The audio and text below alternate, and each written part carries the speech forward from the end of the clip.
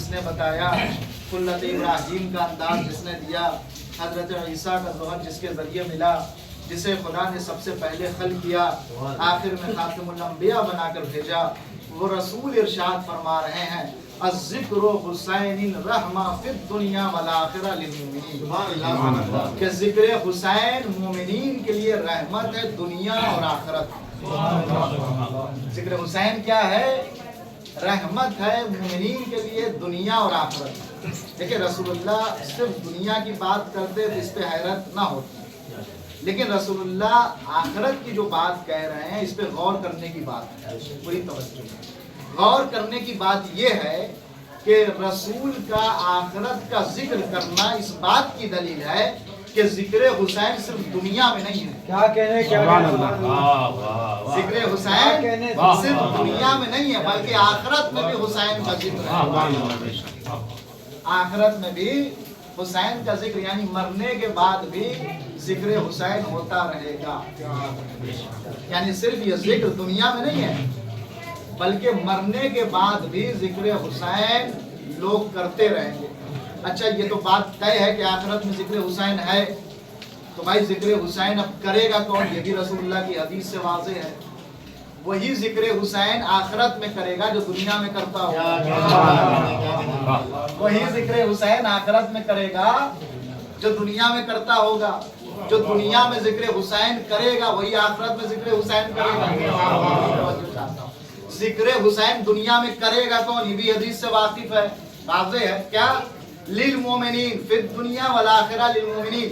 اس کا مطلب یہ ہوا کہ ہر فرش پہ بیٹھنے والا حسین کی رسول کی نگاہ میں مومن ہے، رسول کی نگاہ میں مومن ہے، اس لیے کہ ذکر حسین کسی کوئی عام انسان کے بس کی بات نہیں ہے، بلکہ ذکر حسین وہی کرتا ہے رسالت کی نگاہ میں کہ جس کے پاس ایمان ہوتا ہو۔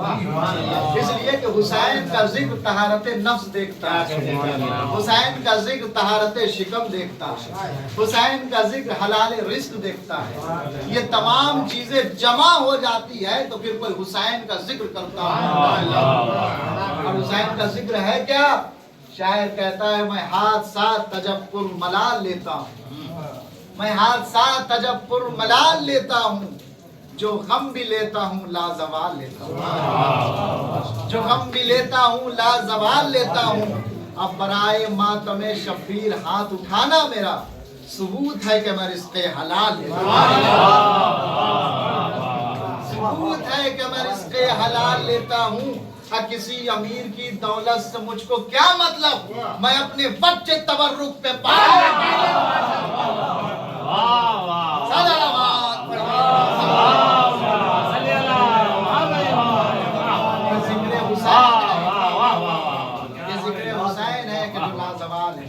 یہ وہ نعمت ہے کہ جس نعمت کے لیے قرآن مجید بھی کہہ رہا ہے فَبِأَيِّ آلَاءِ رَبِّكُمَا تُكَذِّبَانِ، کہ تم کن کن نعمتوں کو جھٹلاؤ گے۔ اس لیے کہ محرم کا مہینہ اور عزادار کا روز چوراہے پر آ کر یا حسین کہنا یہ خود نعمت ہے۔ عزادار کا سیاہ لباس میں آ جانا یہ خود ایک نعمت ہے، عزادار کا یا حسین کہنا یہ خود ایک نعمت ہے۔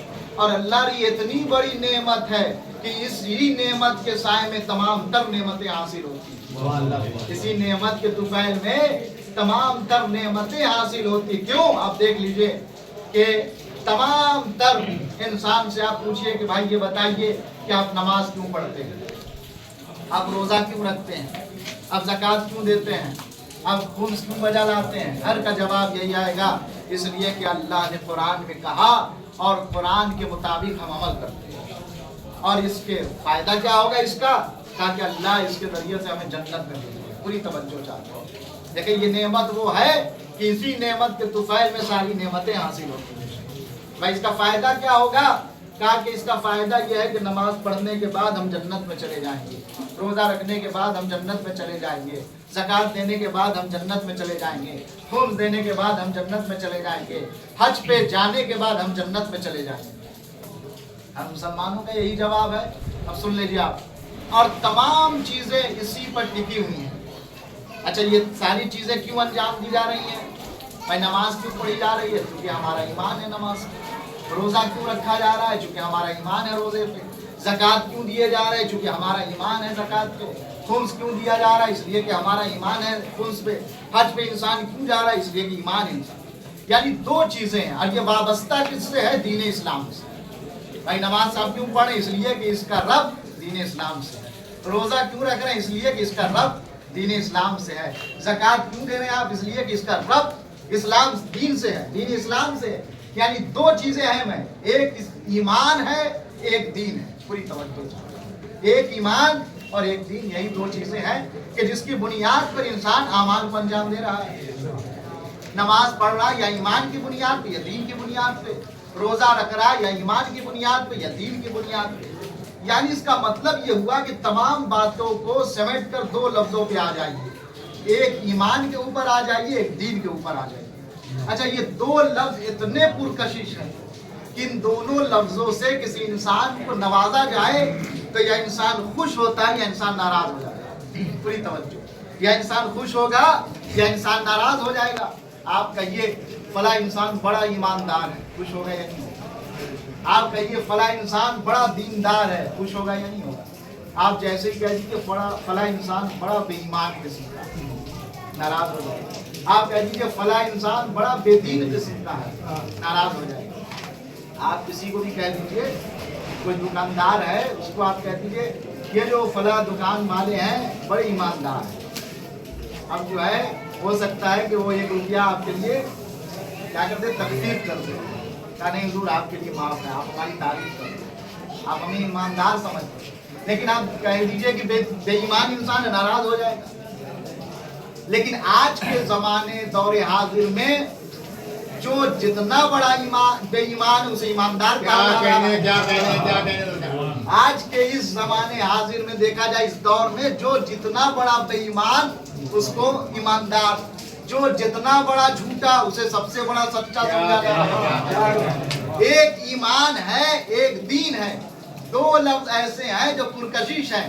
اگر ان دونوں لفظوں سے کسی انسان کو نوازا جائے تو یا انسان خوش ہوتا ہے یا انسان ناراض ہو جاتا ہے.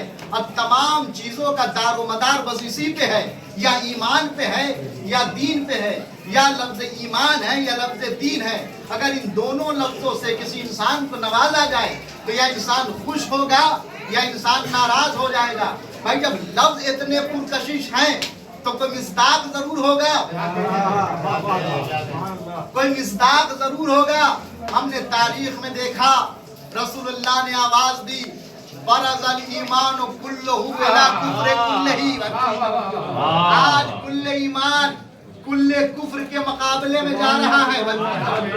ایمان پرکشش لفظ، مصداق مولائے متقیان کہ آج ایمان اس کے مقابلے میں جا رہا ہے کل کفر کے مقابلے میں. اس کا مطلب یہ ہوا کہ ایمان کے مصداق مولائے متقیان نظر آئے. دین پرکشش لفظ ہے، مصداق کون ہے؟ خواجہ اجمیری نے آواز دی شاست حسین، بادشاہ حسین، دین است حسین.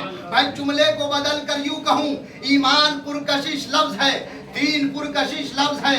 ایمان کے مصداق مولائے متقیان، دین کے مصداق مولا امام حسین. جملے کو یوں کہا جائے کہ باپ ایمان کا مصداق، بیٹا دین کا مصداق. اب اگر کسی کو ایماندار رہنا ہے تو علی کی ولایت